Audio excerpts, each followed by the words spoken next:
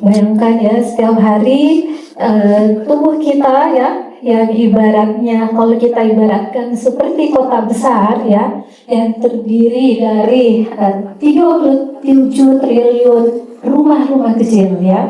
Kalau digerakkan rumah sebagai sel ya, nah apa yang membuat kita sakit itu adalah kerusakan dari sel itu sendiri ya. Di mana sel adalah unit terkecil dari tubuh kita. Nah, kerusakan dari sel ini disebabkan oleh apa? Itu disebabkan oleh yang kita sebut dengan radikal bebas, suatu molekul kecil yang kehilangan satu elektron. Ketika kehilangan satu elektron, ia berupaya menstabilkan dirinya dengan mencuri atau mengambil elektron dari sel tubuh kita, di mana prosesnya itu disebut dengan oksidasi. Dan ketika oksidasi terjadi di sel kita, ini merusak dinding sel, merusak DNA, merusak mitokondria, sehingga pada akhirnya ketika ini terjadi terus-menerus akan merusak organ-organ penting yang ada di tubuh kita ya. Jadi tubuh kita ini tersusun dari sel, sehingga akar penyakit adalah kerusakan dari sel itu sendiri. Kemudian kita mencari tahu apakah radikal bebas itu dari mana ia berasal ya. Radikal bebas ini berasal dari polusi ya, dari asap kendaraan, dari asap rokok baik itu aktif maupun pasif ya, dari makanan cepat saji, dari gorengan berulang, dari ultra processed food yang mungkin sering karyawan kantoran ya konsumsi ya, dari stres kronis ya, dari pikiran ya yang tertekan, yang ternyata menyebabkan oksidasi di sel kita meningkat 6 kali lipat. Dari paparan radiasi ya, gadget ya, dari stres kurang tidur, kelelahan berlebihan, itu semua menyebabkan aktifnya radikal bebas yang menyebabkan oksidasi di sel tubuh kita. Lalu tubuh kita kemudian membuat sebuah reaksi pertahanan. Reaksi pertahanan dari tubuh terhadap oksidasi ini itu kita sebut dengan inflamasi atau peradangan ya. Peradangan ketika dia berjalan dalam waktu yang cepat, artinya tidak terus-menerus, itu adalah baik, itu adalah alarm bahaya bagi tubuh kita, itu adalah suatu perlindungan sementara ya. Tetapi jika peradangan ini terjadi terus-menerus ya, karena aktifnya radikal bebas yang terus-menerus oleh lifestyle kita yang kurang sehat, maka inilah yang menjadi dasar dari penyakit degeneratif kronik. Sekarang sangat marak ya, asik main pedal, tiba-tiba nyeri dada, ternyata serangan jantung. Padahal bukan pedalnya yang bikin serangan, itu sudah terjadi jauh-jauh hari sebelum muncul kasus penyumbatan di pembuluh darah di jantungnya. Jadi oksidasi sudah terjadi 10 atau 5 tahun sebelumnya, baru terjadi diabetesnya baru muncul, hipertensinya baru muncul, kolesterol dan sebagainya, autoimun, cancer, alergi ya, itu semua adalah penyakit-penyakit degeneratif kronik yang akarnya ada di kerusakan sel tadi. Itu. Nah, kabar baiknya rantai-rantai penyakit ini bisa diputus ya ketika lifestyle kita itu ya masuklah tagline dari holistic body, mind and soul yang nanti memperbaiki sistem pertahanan tubuh kita lewat mekanisme antioksidan. Jadi untuk menghadapi oksidasi sel tadi itu diatasi dengan antioksidan. Antioksidan secara alami diproduksi oleh tubuh kita secara alami ya, yang kita sebut dengan glutathione sebagai master antioksidan atau rajanya. Kalau panglimanya kita sebut superoksid dismutase dan prajuritnya kita sebut dengan astaxanthin. Mungkin banyak cewek-cewek yang sering konsumsi glutathione, astaxanthin ya. Tapi pada dasarnya glutathione itu tidak bisa disubstitusi dari luar, dia dibentuk dari dalam tubuh kita sendiri. Cuma bagaimana mengintervensinya dengan tepat dan bagaimana mengaktifkannya itu tergantung dari lifestyle kita. Nah, kira-kira seperti apa pilar-pilar penanganan holistik supaya kita tercegah dari penyakit-penyakit degeneratif kronik? Silakan slide berikutnya, Pak. Ya, jadi ada 7 pilar hidup sehat sebagai fondasi kesehatan holistik kita ya. Yang pertama dan number one ya selalu itu adalah mental health ya, kesehatan mental. 80% ya penyakit fisik yang kita rasa itu berawal dari mental health, dari stress kronik. Kalau mau dijelaskan secara ilmiah seperti ini Bapak Ibu. Ketika kita stres ya, kita merasa terbebani ya, pikiran kita tertekan, muncul anxiety, muncul depresi, itu akan mengaktifkan hormon stres di dalam tubuh kita yang kita sebut dengan kortisol. Ya. Kortisol yang naik ini menyebabkan produksi radikal bebas yang sangat tinggi, yang akhirnya menyebabkan oksidasi lagi, yang secara langsung jika itu terjadi di pembuluh darah bisa menyebabkan hipertensi, ya, penimbunan plak di dinding pembuluh darah, ya, jantung, stroke dan sebagainya. Seperti itu. Jadi mekanismenya ada di hormon stres tadi.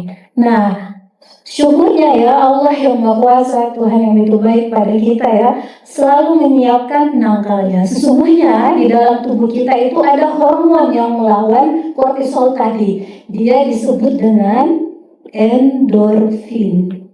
Mirip-mirip dengan morfin ya Bapak Ibu ya. Jadi endorfin itu adalah singkatan dari endogen of morphine. Kata guru besar saya, Prof. Chandra pernah mengatakan, sesungguhnya diri kita adalah pabrik obat terbesar yang ada di dunia ini. Jadi kalau kita mau tenang, sebenarnya kita tidak membutuhkan morfin dari luar.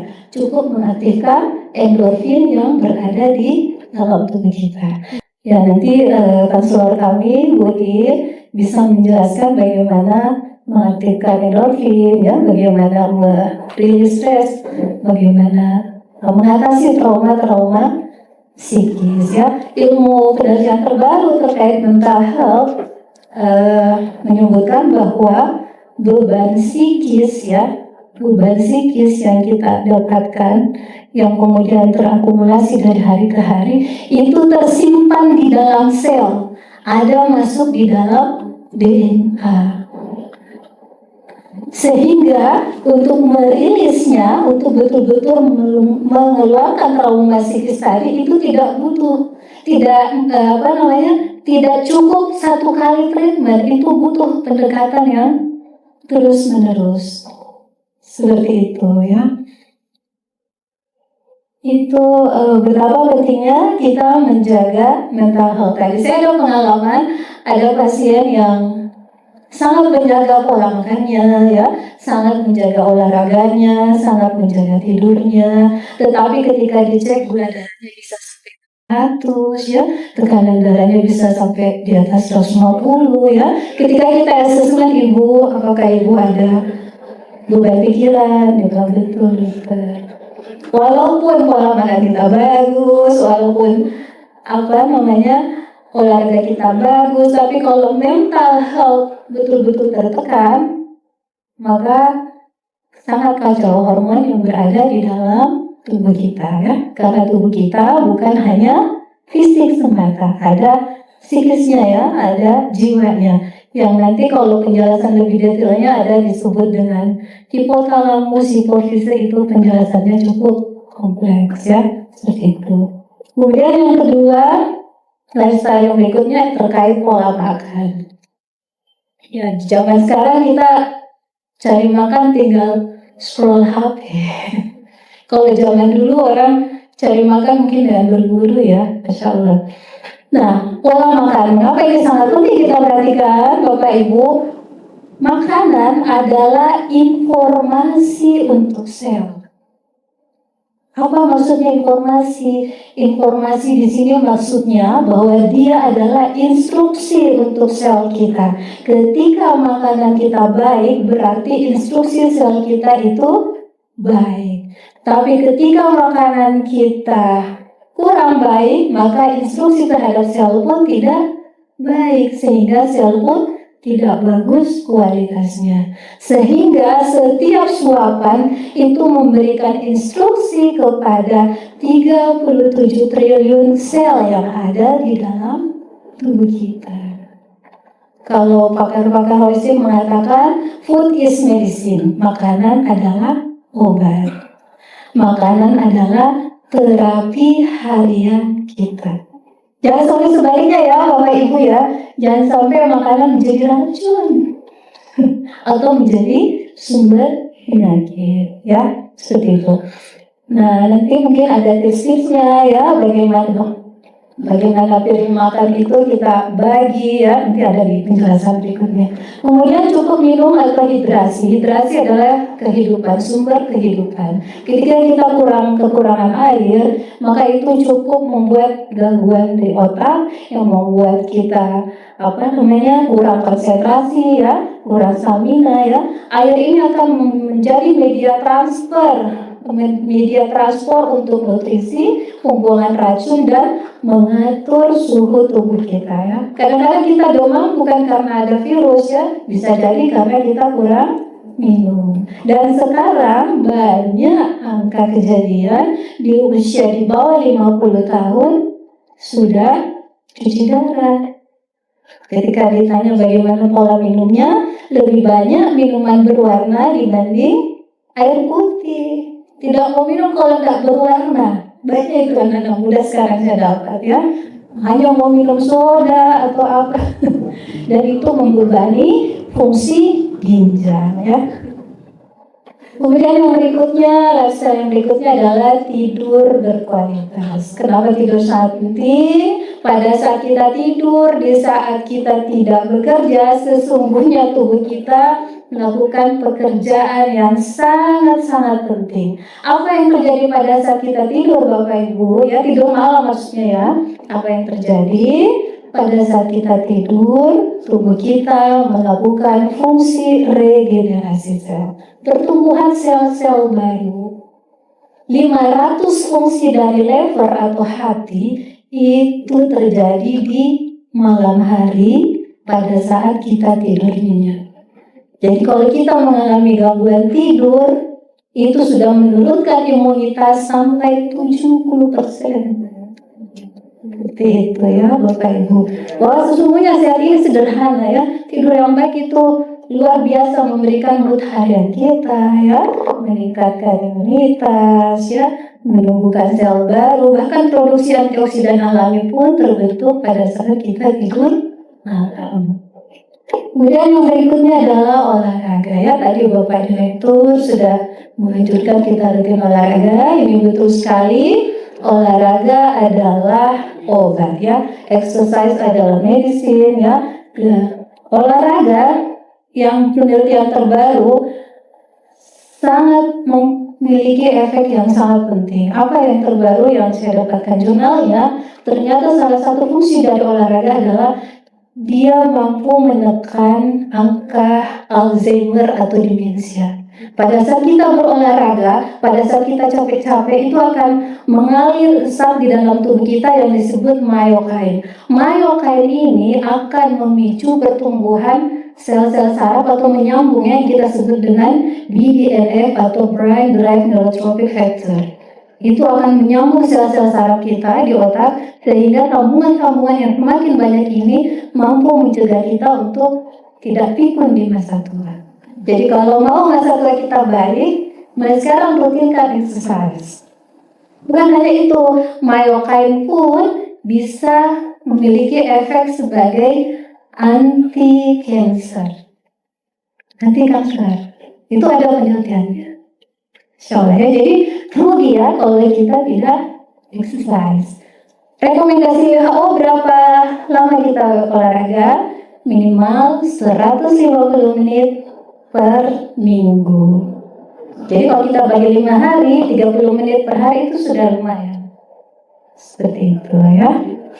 Banyak sekali fungsi olahraga terutama untuk menghadapi masa tua ya. Banyak orang-orang tua yang kita lihat sekali senggol jatuh patah tulang. Kenapa? Karena masa ototnya habis ya. Masa otot tidak dibangun sejak usia muda. Di usia 40 tahun ke atas masa otot akan menurun. Itu sudah alami ya dari Yang Maha Kuasa akan menurun. Tetapi kita bisa menunda penurunan massa otot yang masih dengan rutin melakukan latihan beban. Ya, jadi tidak cukup dengan jalan kaki saja, harus mulai latihan beban. Dan tidak mesti ke gym ya, bisa dengan memakai berat badan. Ya, pilates. Pilates latihan keseimbangan. Insyaallah. Iya. Apalagi tips berikutnya ya, jeda makan atau mungkin sering disebut dengan puasa ya. Ini adalah detox terbaik, termurah ya, dan ini betul-betul terjadi di level seluler ya. Pada tahun 2016 Profesor Sumi dari Jepang itu memenangkan Nobel dari penelitiannya tentang puasa atau jeda makan atau biasa kita sebut dengan intermittent fasting. Pada saat kita puasa, apa yang terjadi? Yang terjadi adalah sel memakan dirinya sendiri ya, yang kita sebut dengan autofagi. Tetapi itu maknanya positif, bukan negatif. Ketika dia memakan dirinya sendiri, dia menghancurkan bagian-bagian yang rusak dari sel dan membangun dengan komponen-komponen baru. Jadi seperti daur ulang atau recycle bin yang sangat positif ya. Dan tentu yang terakhir adalah rutin cek kesehatan ya. Kadang-kadang kita nanti periksa kesehatan ketika sudah ada gejala. Padahal gejala muncul dan masalahnya sudah terjadi jauh sebelum gejala muncul. Sehingga kalau kita rutin cek kesehatan ya, kita kemungkinan tidak mengalami penyakit yang berat ya. Kadang-kadang kita lebih rutin periksa kendaraan kita ya, 3 bulan mungkin kita bawa ke bengkel, padahal mesin kendaraan ada spare partnya, sementara tubuh kita tidak ada spare partnya. Seperti itu ya Bapak Ibu. Jeda makan ya, ada metodenya, manfaatnya menstabilkan gula darah, membakar lemak lebih optimal ya, dan lebih sehat. Kalau di luar itu mereka ada suatu semacam program ya, misalnya ada penyakit-penyakit yang berat seperti cancer gitu, mereka bikin semacam camp, detox camp gitu ya. Jadi pasien-pasien itu dipuasakan dan pada saat puasa itu mereka bayar itu pelatihnya. Hanya untuk puasa mereka harus membayar ya. Jadi betul-betul puasa ini betul-betul menjadi terapi ya di luar sana, dan memang hasilnya sangat signifikan ya. Jadi ketika tubuh kita diberikan istirahat, dia akan mendaur ulang kembali. Ada yang mulai dari 12-12, kemudian kalau sudah terbiasa bisa naik menjadi 16-8 ya, jendela makan dan jendela tidak makan ya. Atau kalau kita muslim sudah ada puasa Senin Kamis ya.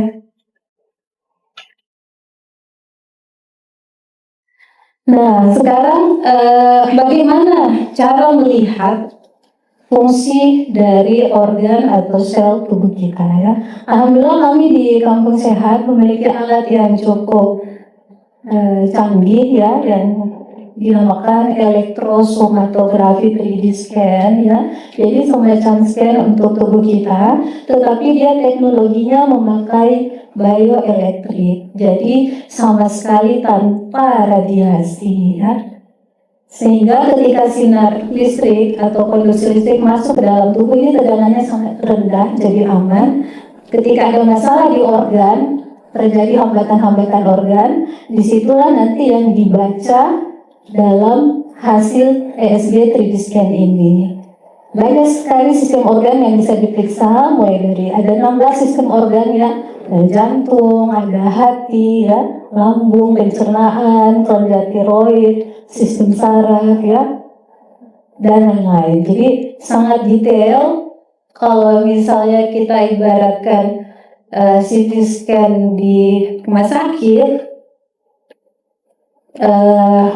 di rumah sakit itu perbandingannya dia biasanya per organ, misalnya kepala, toraks, dada, perut, seperti itu ya. Kalau ini cukup 5 menit, seluruh gambaran organ tubuh kita sudah terbaca ya. Gitu, dan tidak ada pengambilan darah, tidak pakai jarum. Jadi yang takut jarum bisa lebih aman dengan ESG 3D scan ini.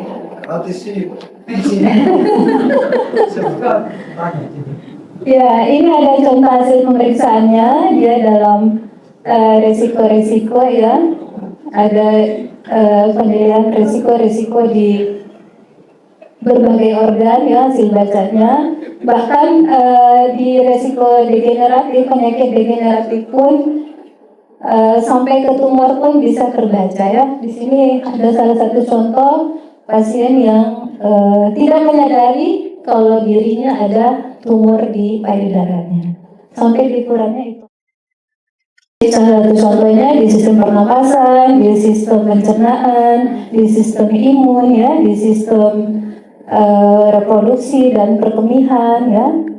Kemudian sampai di stres oksidasi. Tadi kita bicara di awal tentang dasar penyakit yaitu oksidasi. Di sini pun kita bisa membaca berapa kadar stres oksidasi di dalam tubuhnya. Jadi kita bisa melihat tingkat kerusakan sel dari tubuh seseorang. Vitamin D pun yang kurang itu bisa terbaca. Hipovitaminosis B, vitamin D ya.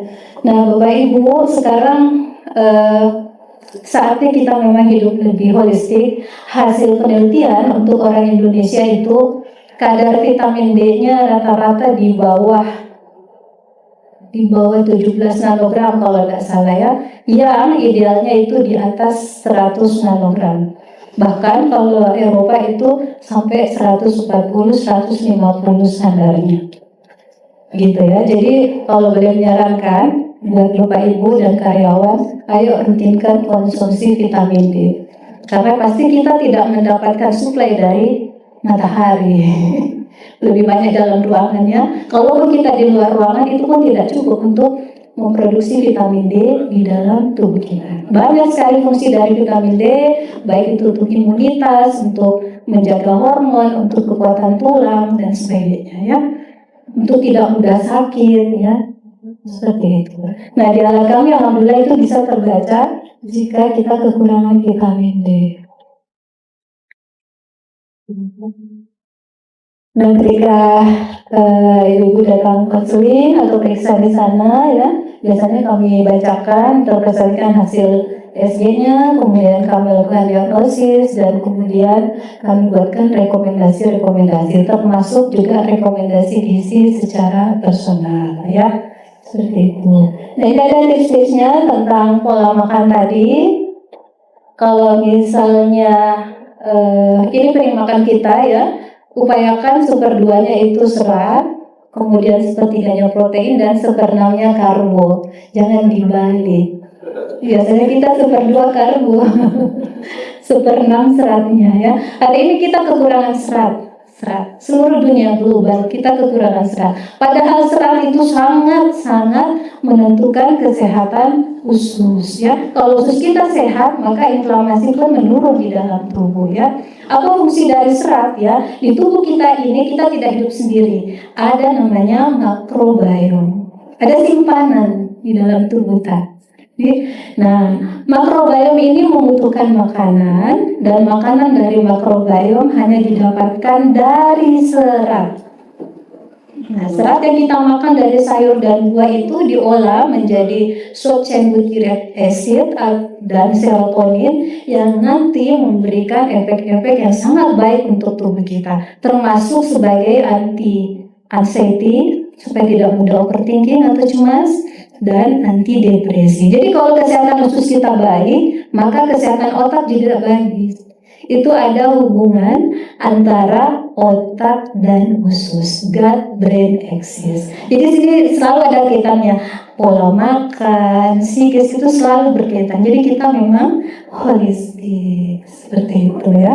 Jadi sarannya adalah setengahnya itu sayur dan buah, sepertiganya protein karena protein adalah makanan dari sel kita ya, dan seperenamnya karbo untuk menghasilkan energi seperti itu.